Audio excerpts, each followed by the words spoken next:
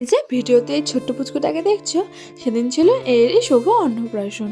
তো রাত্রেবেলা যেহেতু অনুষ্ঠানটা ছিল, তো আমি আর আমার সোনামা রেডি হয়ে বেরিয়ে পড়েছিলাম এই কনকনে ঠান্ডার মধ্যে অনুষ্ঠানটা অ্যাটেন্ড করতে।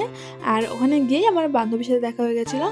আর সোনামা তার মিমিকে পেয়ে তো খুব খুশি, তাই ও সেই অনুষ্ঠানের পুরো সময়টাই ওর কোলেতেই ছিল বেশিরভাগ সময়। আর এখানে সে তার মিমিকে আবদার করছিল যে তাকে বেলুন দিতে হবে, কারণ আমার সত্যি করে আমার সোনামা বেলুন নিয়ে খেলা করতে প্রচণ্ড ভালোবাসে।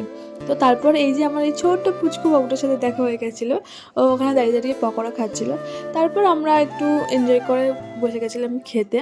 প্রথমে দিয়ে দিয়েছিল এখানে রাধা পল্লবী আর চানা মশলা।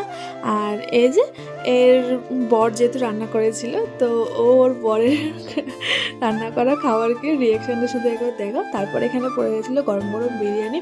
সত্যি বলতে বিরিয়ানি আর চিকেন কষাটা জাস্ট ওয়াও হয়েছিল, আমার তো খুব ভালো লেগেছে। আর তারপরে এখানে দিয়ে দিয়েছিল বিরিয়ানির আলু, যেটা প্রথমবার শেষ হয়ে গেছিলো। তো তারপর এখানে স্যালাডটা দিয়ে দিয়েছিল। তারপর খাবার শেষ হতে না হতেই চলে এসেছিলো পাতে চাটনি, পাঁপড়, পায়েস আর মিষ্টি। ভিডিওটা কেমন লাগলো অবশ্যই কমেন্ট করে আমাকে জানিও।